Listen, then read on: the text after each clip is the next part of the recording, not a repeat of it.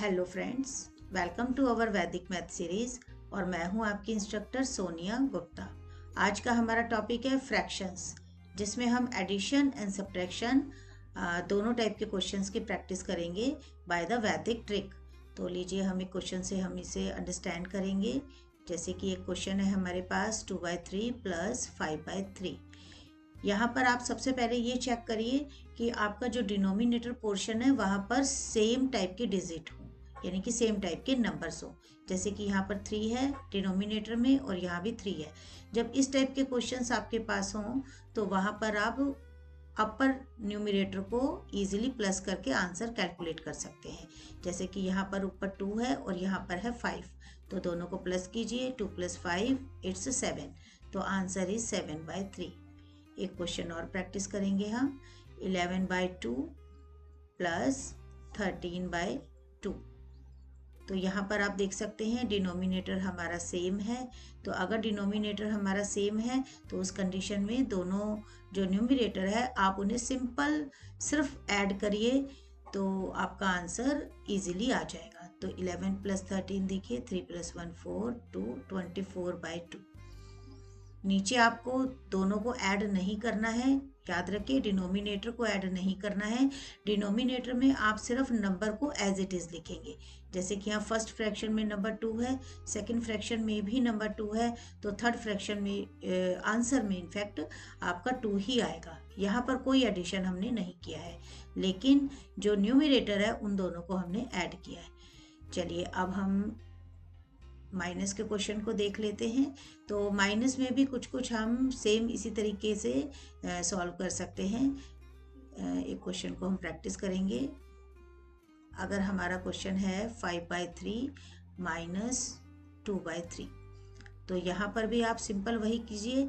5 - 2, यानी कि आप देख सकते हैं नीचे का 3 है, ये भी 3 है, तो आंसर में भी 3 ही आएगा। और ऊपर आप सिंपल माइनस करिए, 5 - 2 इट्स 3। बाद में आप इसे कटिंग करके इसे इजी सिंपल फॉर्म में कन्वर्ट भी कर सकते हैं। तो इस तरह से आप उन क्वेश्चंस को सॉल्व करेंगे इस टेक्निक से जिनके डिनोमिनेटर में जो नंबर है वो सेम हो, यानी कि ये लाइक फ्रैक्शंस हो। चलिए अब हम एक क्वेश्चन ऐसा सॉल्व करेंगे जिसमें कि डिनोमिनेटर हमारा सेम नहीं है। मान लेते हैं हमारे पास एक क्वेश्चन है। चलिए क्वेश्चन हम लिखते हैं 7/2 प्लस 4/3। यहाँ पर आप देख सकते हैं कि डिनोमिनेटर में हमारे दोनों के दोनों नंबर सेम नहीं है। तो यहाँ पर हम अगर लॉन्ग मेथड यूज़ करते हैं तो वहाँ पर हम पहले इन दोनों का एलसीएम कैलकुलेट करेंगे, जो कि हमारा ट्रेडिशनल मेथड है।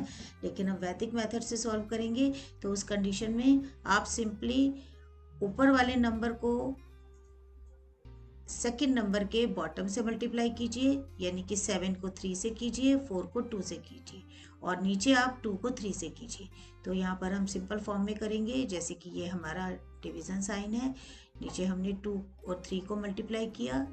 एक फ्रैक्शन में 2 है, एक फ्रैक्शन में 3 है, तो 2 × 3। हमने याद कीजिए कि हमने जब लाइक फ्रैक्शंस थे, यानी कि डिनोमिनेटर सेम था, तो हमने नीचे वाले डिनोमिनेटर के नंबर्स को टच नहीं किया था।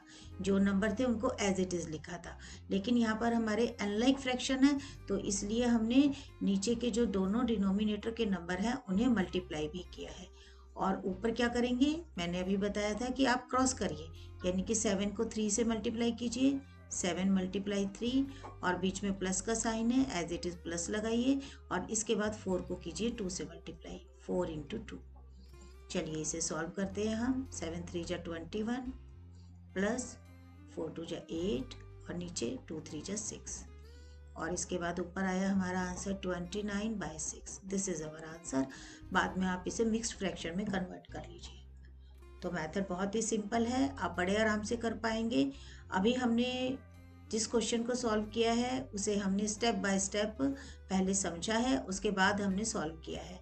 चलिए अब हम इसको एक डायरेक्ट सॉल्यूशन देते हैं जिससे कि आपको कम से कम टाइम में आंसर मिल जाए।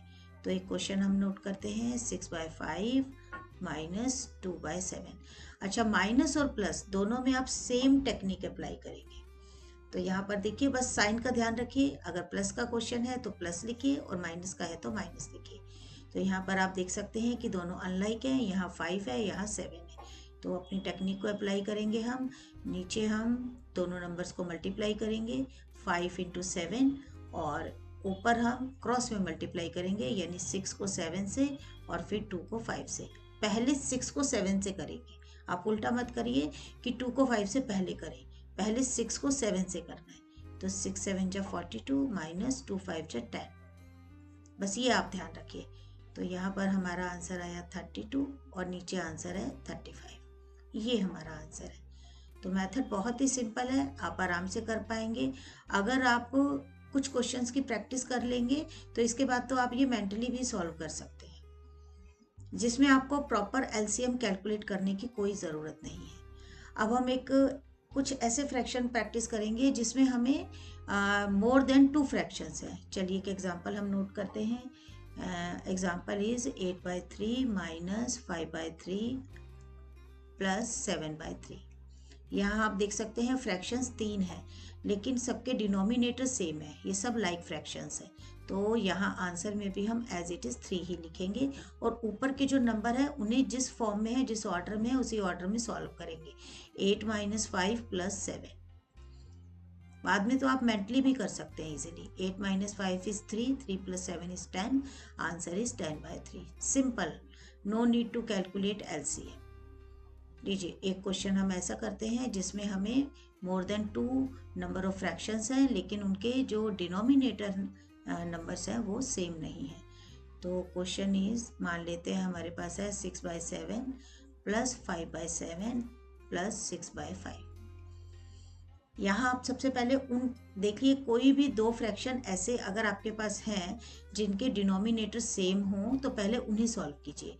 तो यहाँ पर हम देख सकते हैं कि ये 2 फ्रैक्शंस हमारे पास हैं जो कि हम इजीली इन्हें सॉल्व कर पाएंगे क्योंकि दोनों के डिनोमिनेटर सेम है। तो ये मोरल कर सकते हैं 7 और 6 + 5 इज 11। और अब हम अपना सेकेंड वाला जो मेथड है वो अप्लाई करेंगे।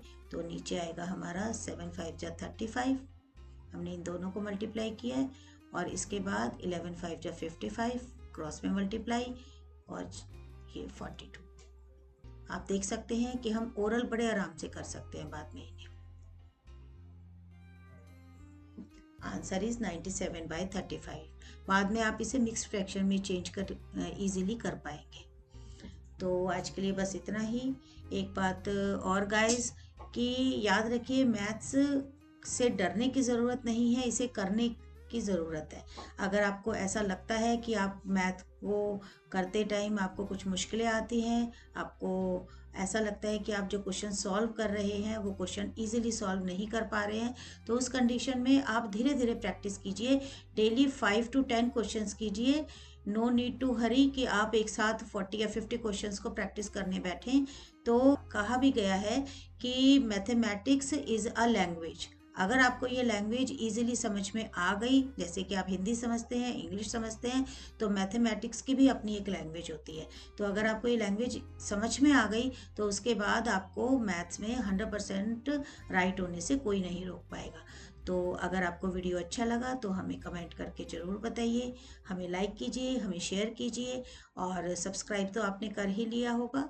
तो मिलेंगे नेक्स्ट वीडियो में। Till then bye bye, see you, have a nice day.